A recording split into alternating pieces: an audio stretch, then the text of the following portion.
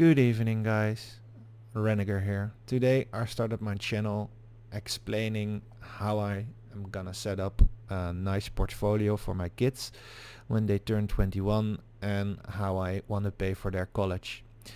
It's all about dividend investing, and I want to do this journey together with you so you can see that even with a modest income of 25,000 a year, you can build a pretty reliable portfolio. Like I said before, I'm still intended to invest in my education as well so I can get a better paying job, but that will happen in time, and this portfolio will grow with me, and I will grow it as fast as I can and as good as I can. I'm gonna share all the stocks with you, explain why I buy them, explain where I'm looking at, and I'm just gonna take you with me on this journey.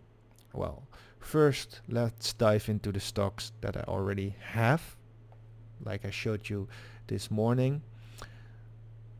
The first one is Ahold Delhaize. Like I said, it's a supermarket in the Netherlands and it's an e-commerce. Since we don't have Amazon in the Netherlands yet, we can order some Amazon stuff by passing it to Germany, to the Netherlands, but we don't have our own Amazon yet. We do have bol.com.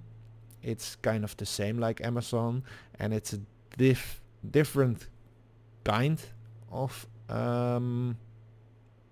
Amazon, so to say, because they don't sell everything Amazon have, but it's the closest we have to it, and it's definitely a big driver for Ahold Delhaize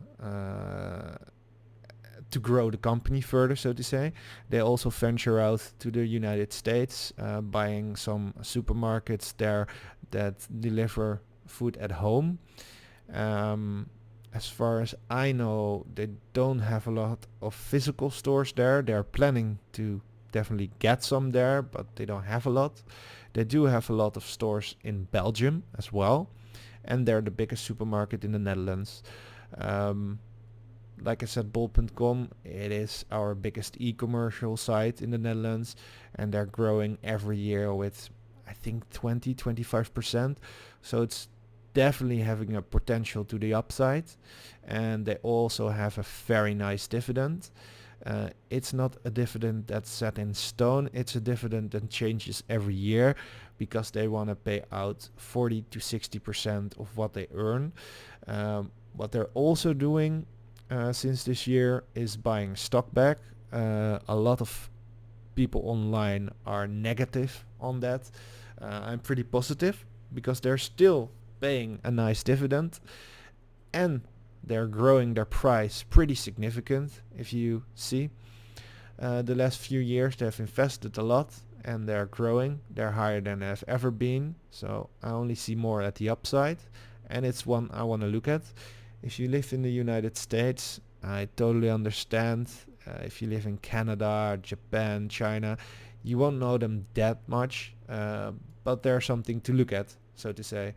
They have growth potential. They have been a bit slacky lately, but now they're really going all in. So that's one I'm definitely gonna look at, and I want to get more of them. I'm just gonna wait a little bit because their price is the highest now, and I do see them falling back a little bit. When they do, I will buy definitely more. Then the second one is AT&T.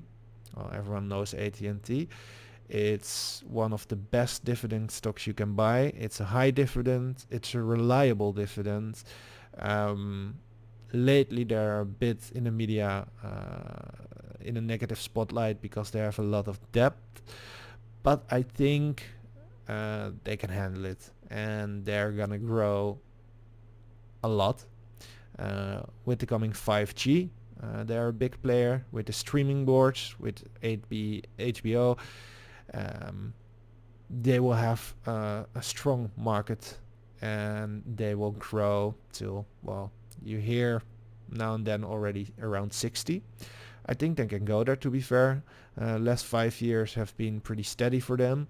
Lately they're growing pretty hard. You see the big investment groups coming in. Such a nice dividend. I definitely want to get more of them. Uh, if I look forward for my little girl, I will have around 12 to, well, 14, 15 years left before I need to get some money out of the portfolio to buy for her higher education and everything, and maybe she wants to go and live on her own. This is one stock that will help her tremendously, with a nice dividend income. Hopping over to Coca-Cola, it was her pick. First of all, I thought it was a bit expensive, but to be fair, Coca-Cola, it's used everywhere around the world. It's one of the most reliable stocks. It has a very nice dividend amount. They're growing still year over year. I drink them. You know, the real stuff just tastes better than the cheap knockoffs we have, and they have so much power in the beverage market that Coca-Cola and Pepsi basically dominated. It's a pick of my kids, but I fully agree, and I think I will pick some more up later on. Then we hop over to Pfizer, which was a pick for me. My mom doesn't work for Pfizer. She works for other big American pharmaceutical company.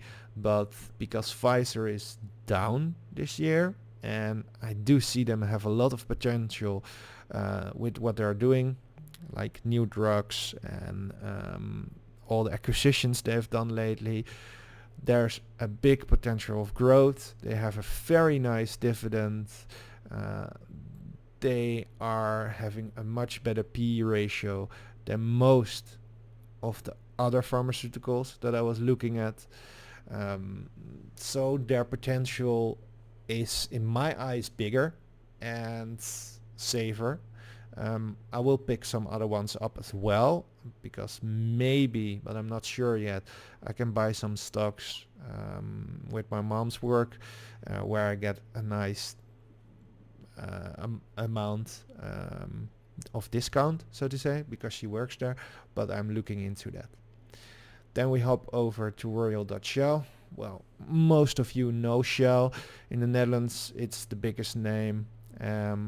Basically, when I fill up my car, I will always go to Shell. It's just a better quality. It's premium. It is nice to go there. It's always clean and everything. Nice people. It's one that our own royal family holds a lot of, to be fair. The dividend is insane. They're not only focused on fossil fuels, but they also want to invest in greener energy. To be fair, overall they were down this year, but I see a lot of growth potential, and because I want to hold this portfolio for years and years to come, that's 6.22% dividend, and when I locked in it was even higher, 6.8. It's just gonna help out tremendously. Some people don't like companies that do fossil fuels. I don't really mind. I mean, I do look out for nature and everything, but some things are just there and we can change them overnight. Last of the stocks we hold is Walt Disney. Well, I am excited the most about this one, and my kid as well.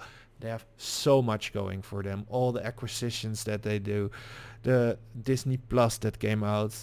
I was so happy when the Netherlands was picked out to do the test. I have been watching all the Marvel series, and it just puts a big smile on my face and on my kid's face, to be fair. Even the one of two always smiles when Disney Plus goes on. They have a nice amount of dividend that are growing each year.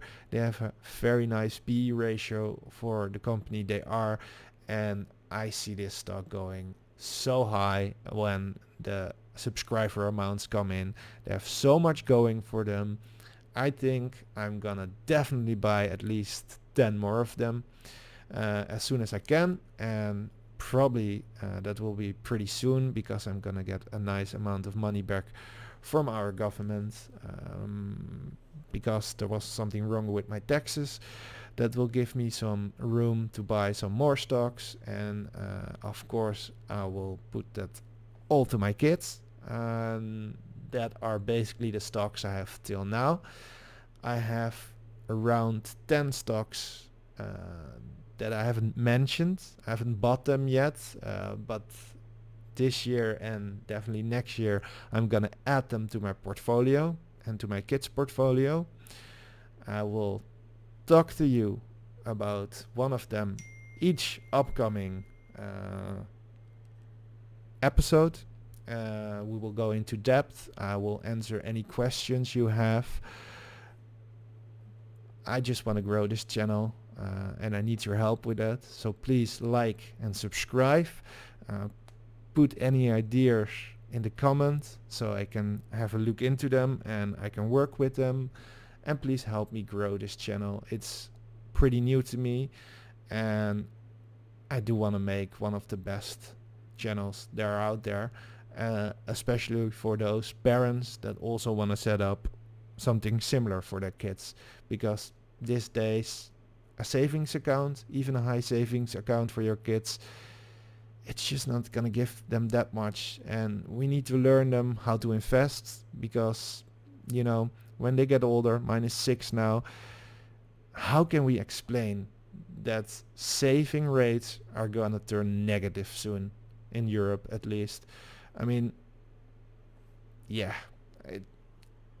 I'm just quiet. I mean, it can't be. A kid can't understand that if she saves money, she's gonna need to pay. And when she lends money, she's gonna get more.